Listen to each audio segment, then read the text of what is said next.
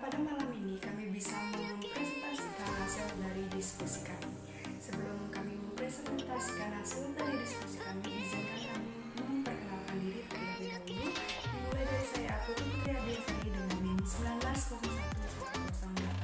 Nama saya Dita Widatama dengan NIM 19011108. Perkenalkan, nama saya Sista Maradiani, NIM 19011108. Perkenalkan, nama saya Putu Yoga Indra Pratama, NIM 190111094. Perkenalkan, nama saya Putu Rina Indah dengan NIM 190111099. Perkenalkan, nama saya Komang Widiani, NIM 1901114. Nama saya Kadi Indrayani, NIM 19011115. Kenalkan, nama saya Iko Mambudi Kusuma, NIM 19011119. Perkenalkan, nama saya Komang Ayu Wiratni dengan NIM 190111124. Setelah memperkenalkan diri, langsung saja ke materi. Materi yang kami bawakan adalah emosi. Ada beberapa masalah yang kami bawakan dalam diskusi ini, diantaranya yakni pertama ada apa yang dimaksud dengan emosi, yang kedua ada apa saja sifat dasar emosi, yang ketiga ada apa saja sifat dasar suasana batin, dan yang keempat ada apa saja sumber emosi dan mood, dan yang kelima ada bagaimana dimensi emosi, yang keenam ada apa saja yang dimaksud dengan kecerdasan emosional, dan yang terakhir ada apa saja aplikasi emosi dan mood. Baik, untuk materi pertama yakni emosi akan saya bawakan sendiri. Tentunya kalian sudah menyadari apa itu emosi karena emosi muncul dalam diri kalian sendiri. Baik, emosi dalam bahasa Indonesia dikenal sebagai perasaan yang intens yang ditujukan kepada seseorang ataupun hal lainnya. Emosi juga dapat dikatakan sebagai reaksi terhadap suatu kejadian. Nah, emosi dapat ditunjukkan ketika kita merasa sedih, marah, senang, ataupun takut terhadap seseorang atau suatu hal, misalnya kepada hewan ataupun kepada benda-benda di sekitar kita. Menurut Stephen Robbins, affect merupakan sebuah istilah umum mencakup beragam perasaan yang dialami seorang, atau affect adalah sebuah konsep yang meliputi baik emosi maupun suasana hati. Kemudian, emosi menurut Stephen Robbins adalah perasaan-perasaan intens yang ditujukan kepada seseorang ataupun sesuatu. Dan yang terakhir, menurut Stephen Robbins, suasana hati atau mood merupakan perasaan-perasaan yang cenderung kurang intens dibandingkan emosi dan sering kali tanpa rangsangan kontekstual. Mungkin yang di sini yang dimaksud tanpa rangsangan kontekstual itu karena suasana hati atau mood itu bisa berubah-ubah sewaktu-waktu dan tanpa ada rangsangan bisa saja mood kita berubah. Baik, di sini saya akan menjelaskan tentang sifat dasar emosi. Sifat dasar emosi sangat sulit untuk mengetahui jumlah emosi berdasarkan kata-kata emosi karena jumlahnya bervariasi dari satu bahasa ke bahasa lain. Namun, sebagai ahli menyebutkan bahwa emosi sebenarnya hanya terdiri dari sedikit emosi dasar saja. Selebihnya, perpaduan antara emosi-emosi dasar itu. Misalnya, Paul Ekman, salah seorang peneliti emosi paling terkemuka, menunjukkan bahwa manusia memiliki 6 emosi dasar, yaitu takut, marah, sedih, bahagia, jijik, dan terkejut. Emosi dasar itu dipercaya dimiliki oleh semua manusia dari budaya manapun juga. Seberapa sering Anda mendengar seorang berkata, "Oh, Anda bersikap emosional"? Anda mungkin telah tersinggung. Astronom terkenal Carl Sagan pernah menulis, "Di mana kita memiliki emosi yang kuat, kami bertanggung jawab untuk menipu diri kita sendiri." Pengamatan ini menunjukkan bahwa rasionalitas dan emosi yang kuat, kami bertanggung jawab untuk menipu diri kita sendiri. Pengamatan ini menunjukkan bahwa rasionalitas dan emosi bertentangan dengan satu sama lain. Jika Anda menunjukkan emosi, Anda cenderung bertindak tidak rasional. Salah satu tim penulis berpendapat bahwa menampilkan emosi seperti kesedihan sampai menangis sangat beracun untuk karir, bahwa kita harus meninggalkan ruang daripada membiarkan orang lain untuk menyaksikan tampilan emosional kita. Penulis Louis Frankel menyarankan bahwa perempuan harus menghindari emosional dari tempat kerja karena akan merusak bagaimana orang lain menilai kompetensi mereka. Perspektif ini menunjukkan bahwa demonstrasi atau bahkan mengalami emosi cenderung membuat kita tampak lemah, rapuh, dan tidak rasional. Namun, peneliti ini tidak setuju dan semakin menunjukkan bahwa emosi sebenarnya penting untuk berpikir rasional. Bahkan telah ada bukti dari link tersebut untuk waktu yang lama. Kesempatan kali ini saya akan membahas tentang sifat dasar suasana batin. Salah satu cara untuk mengklasifikasikan emosi adalah tergantung positif atau negatif mereka. Emosi positif seperti kegembiraan dan rasa bersyukur mengekspresikan evaluasi yang menguntungkan atau perasaan. Emosi-emosi negatif seperti kemarahan atau rasa bersalah, ingat bahwa emosi tidak bisa netral. Menjadi netral berarti non-emosional. Ketika menjadi negara-negara mood karena kita sedang melihat mereka lebih umum, bukannya mengisolasi satu emosi tertentu.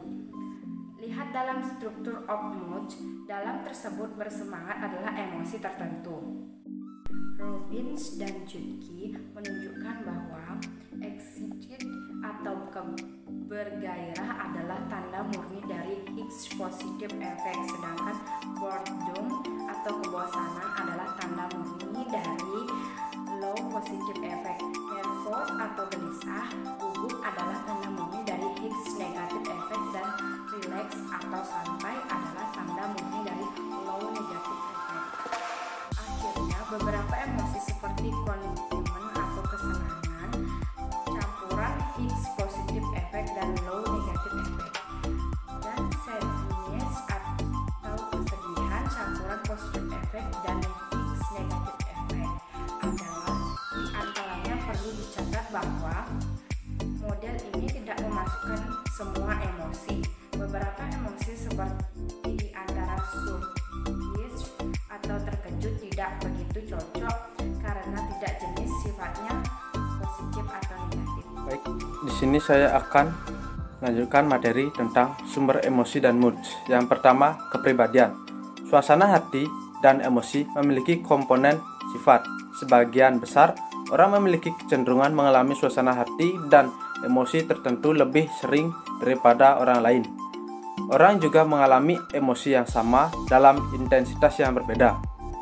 Orang afektif intens mengalami emosi yang positif dan negatif lebih dalam. Ketika mereka merasa sedih, mereka benar-benar sedih, dan ketika mereka merasa senang, mereka akan benar-benar senang. Selanjutnya, hari dalam seminggu dan waktu dalam satu hari. Suatu keadaan di mana emosi dan mood seseorang berada dalam kondisi yang paling baik. Mereka cenderung berada dalam mood yang paling buruk pada awal minggu dan mood paling baik ketika akhir minggu. Hari Senin pagi mungkin bukan waktu yang terbaik untuk meminta tolong atau memberitahu berita buruk. Interaksi dalam tempat kerja kita mungkin lebih positif dari menjelang siang dan pada akhir minggu. Selanjutnya, cuaca. Sebagian besar orang percaya bahwa suasana hati mereka dipengaruhi oleh cuaca. Namun, berdasarkan bukti-bukti yang dilakukan oleh beberapa peneliti menunjukkan bahwa cuaca memiliki dampak yang kecil terhadap suasana hati. Salah satu peneliti menyimpulkan bertentangan dengan pandangan budaya yang berlaku. Data-data ini mengidentifikasi bahwa orang tidak menunjukkan suasana hati yang lebih baik pada hari yang cerah. Selanjutnya, stres. Seperti yang kita bayangkan, ketika sehari-hari yang menyibukkan secara negatif mempengaruhi suasana hati. Efek dari stres juga muncul dari waktu ke waktu. Yang selanjutnya tentang aktivitas sosial. Apakah kita cenderung paling senang ketika berkumpul bersama teman? Bagi sebagian besar orang, Aktivitas sosial meningkatkan suasana hati yang baik dan memiliki sedikit efek terhadap suasana hati yang buruk. Penelitian membuktikan aktivitas yang fisikal atau berski dan mendaki bersama teman, informal atau menghadiri pesta, atau makan bersama sangat terkait dengan peningkatan suasana hati yang baik daripada kegiatan yang formal atau menghadiri rapat. Yang selanjutnya, tidur. Orang dewasa mengabarkan untuk lebih sedikit dari dewasa generasi yang lalu, kualitas tidur sangat mempengaruhi suasana hati. Siswa dan pekerja dewasa yang kurang tidur menunjukkan kondisi yang lebih kelelahan, kemarahan, dan permusuhan. Orang yang kurang tidur atau mengurangi tidur mempengaruhi pengambilan keputusan dan mengakibatkan kesulitan dalam mengontrol emosi. Yang selanjutnya, olahraga. Kita sering mendengar bahwa orang berolahraga untuk memperbaiki suasana hati. Penelitian secara konsisten menunjukkan bahwa olahraga meningkatkan suasana baik seseorang. Ketika tidak terlalu parah, efeknya sangat kuat pada mereka yang merasa tertekan. Jadi dengan olahraga dapat memperbaiki suasana hati. Yang selanjutnya, umur. Apakah orang yang lebih muda merasakan emosi yang lebih rendah daripada orang yang lebih tua? Jawabannya adalah tidak. Suatu penelitian orang yang berumur 18 sampai 19 tahun membuktikan bahwa emosi negatif mulai berkurang ketika seseorang menjadi lebih tua. Periode dari suasana hati yang baik bertahan lebih lama terhadap orang yang lebih tua dan suasana hati yang buruk lebih cepat hilang. Yang selanjutnya, tentang jenis kelamin. Banyak yang percaya bahwa wanita lebih emosional daripada pria.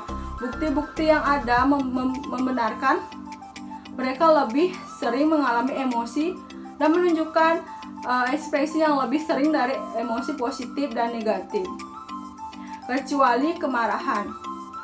Bukti dari suatu penelitian dengan peserta dari 37 negara yang berbeda menunjukkan bahwa pria secara konsisten menunjukkan level yang lebih tinggi terhadap emosi yang kuat seperti kemarahan.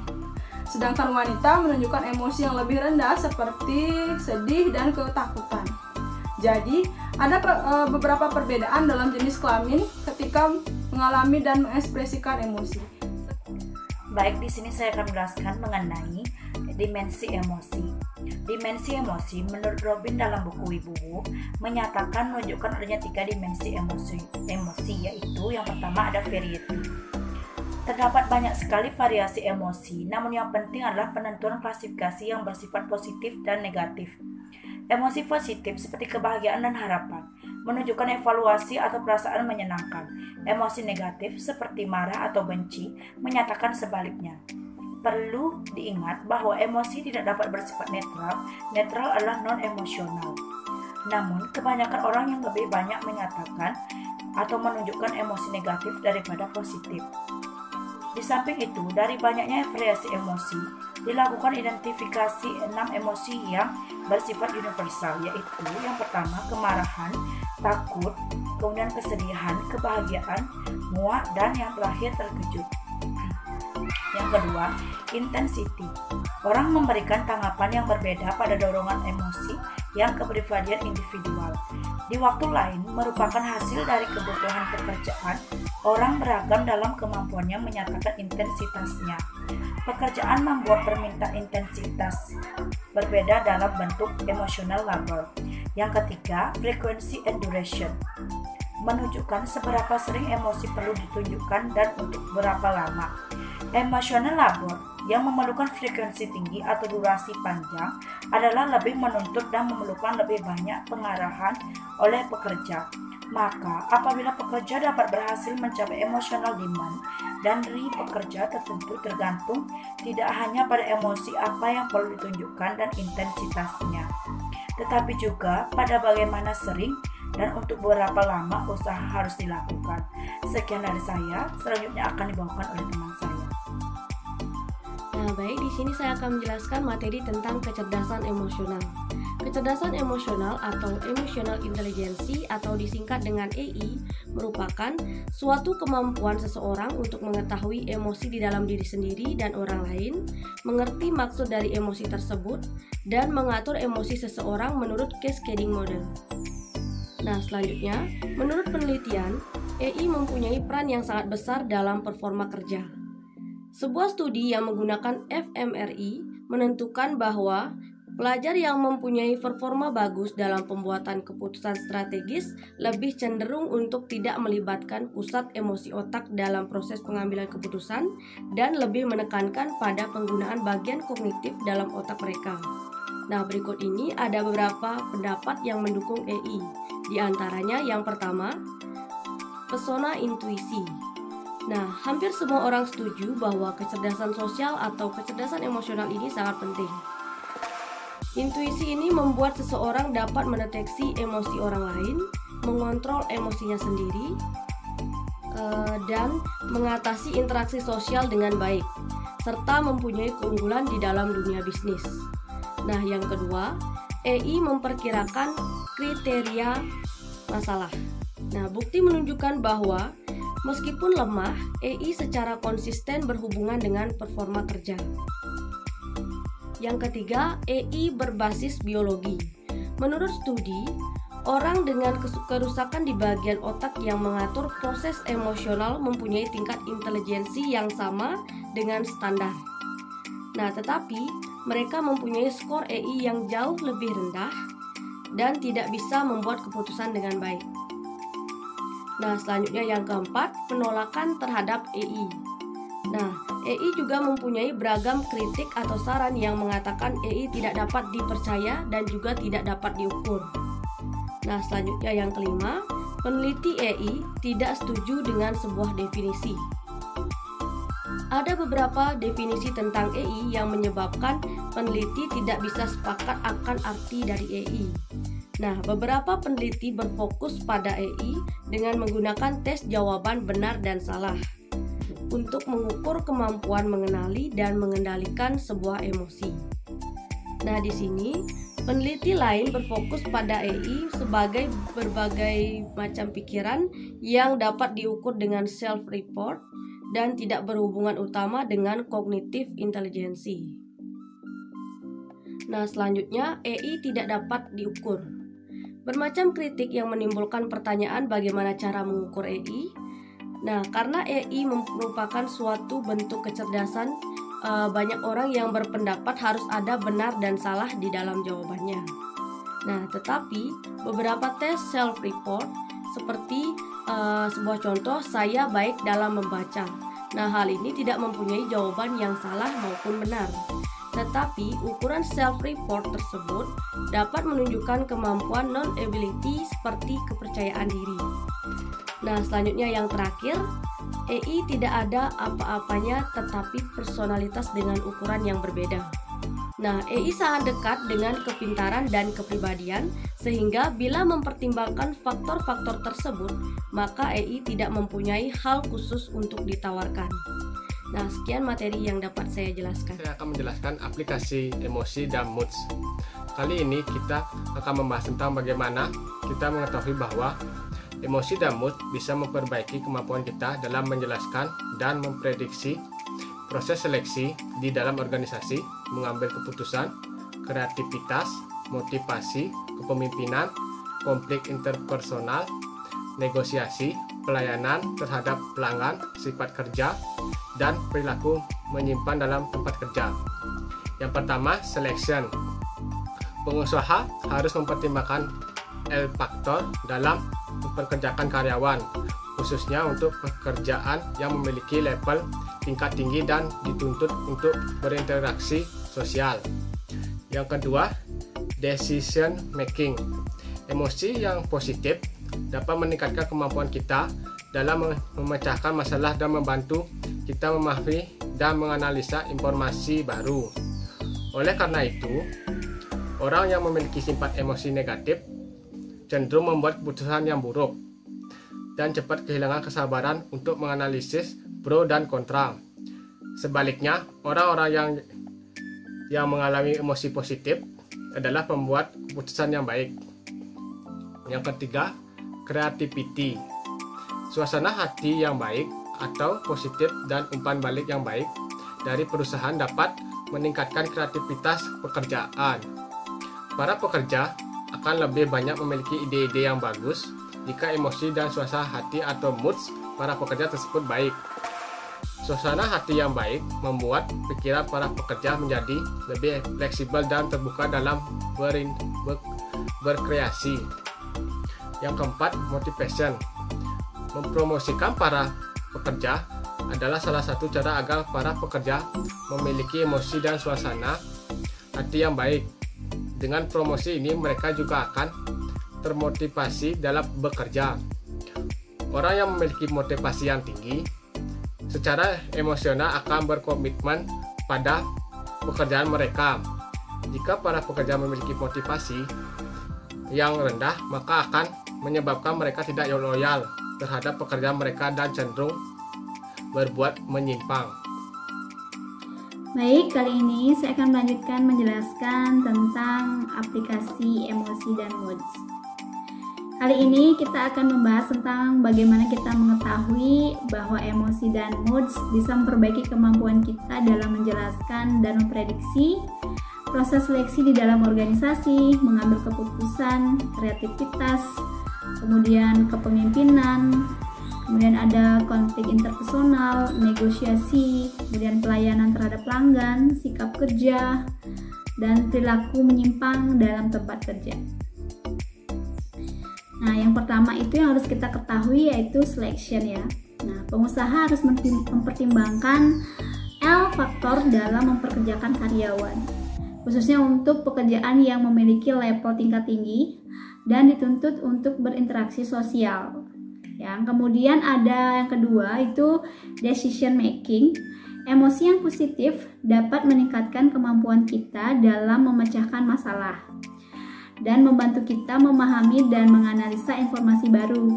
Oleh karena itu, orang yang memiliki sifat emosi negatif cenderung membuat keputusan yang buruk dan cepat kehilangan kesabaran untuk menganalisis pro dan kontra, dan sebaliknya, orang-orang yang mengalami emosi positif adalah pembuat keputusan yang baik.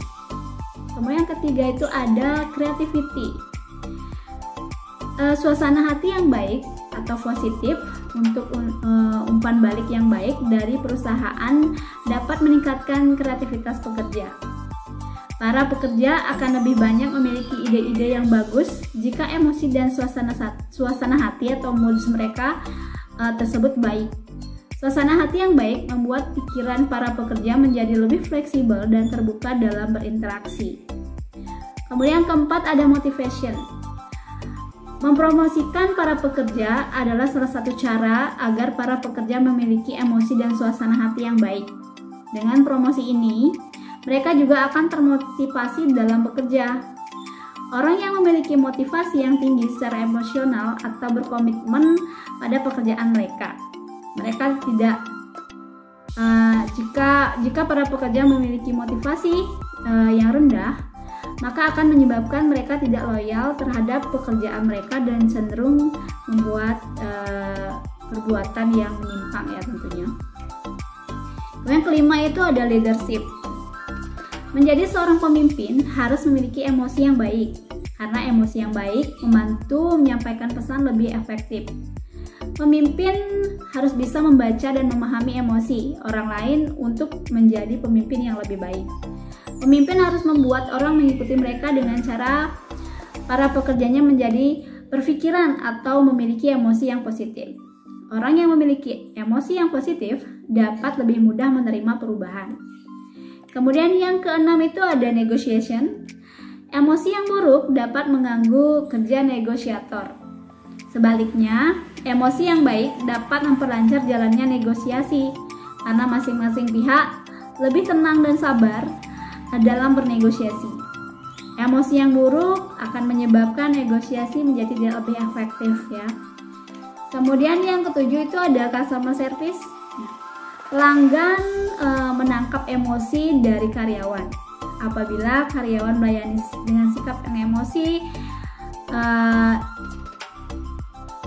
apabila karyawan melayani dengan sikap dan emosi yang baik, maka para pelanggan juga akan merasakan suasana hati emosi yang baik.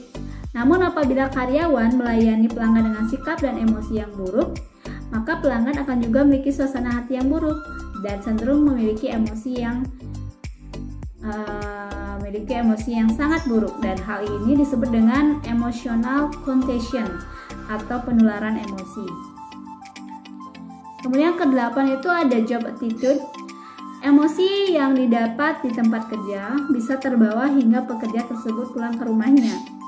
Namun biasanya emosi tersebut juga jarang terbawa di tempat kerja pada hari berikutnya. Kemudian terakhir yang ke-9 yaitu deviant workplace behaviors. Mereka yang merasakan emosi negatif kemungkinan terlibat dalam perilaku menyimpang di tempat kerja. Nah, tindakan yang melanggar norma-norma dan mengancam anggota atau organisasi disebut dengan penyimpangan karyawan. Nah, ini merupakan suatu tindakan pemindaian berupa kekerasan atau non-kekerasan, iri dengki, menusuk dari belakang, dan lain-lainnya. Baik, sekian yang bisa saya jelaskan. Untuk berikutnya akan dilanjutkan oleh teman saya. Terima kasih. Baik, untuk yang terakhir ada kesimpulan. Baik, di sini saya akan menyimpulkan materi yang di atas. Jadi, emosi merupakan respon dari dalam diri manusia yang muncul karena reaksi dari manusia itu sendiri. Emosi juga dapat dikatakan sebagai suatu keadaan kejiwaan yang mewarnai tingkah laku dan emosi. Emosi sering didefinisikan dalam istilah perasaan atau feeling, misalnya pengalaman-pengalaman efektif, kenikmatan atau ketidaknikmatan, marah, takut, bahagia, dan rasa sedih. Emosi sangat erat kaitannya dengan psikologi.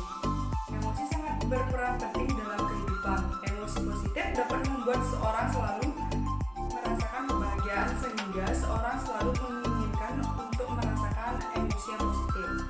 Berbanding terbalik dengan emosi negatif yang selalu dihindari oleh setiap orang. Emosi negatif selalu dihindari juga memiliki dampak negatif dalam kehidupan kita.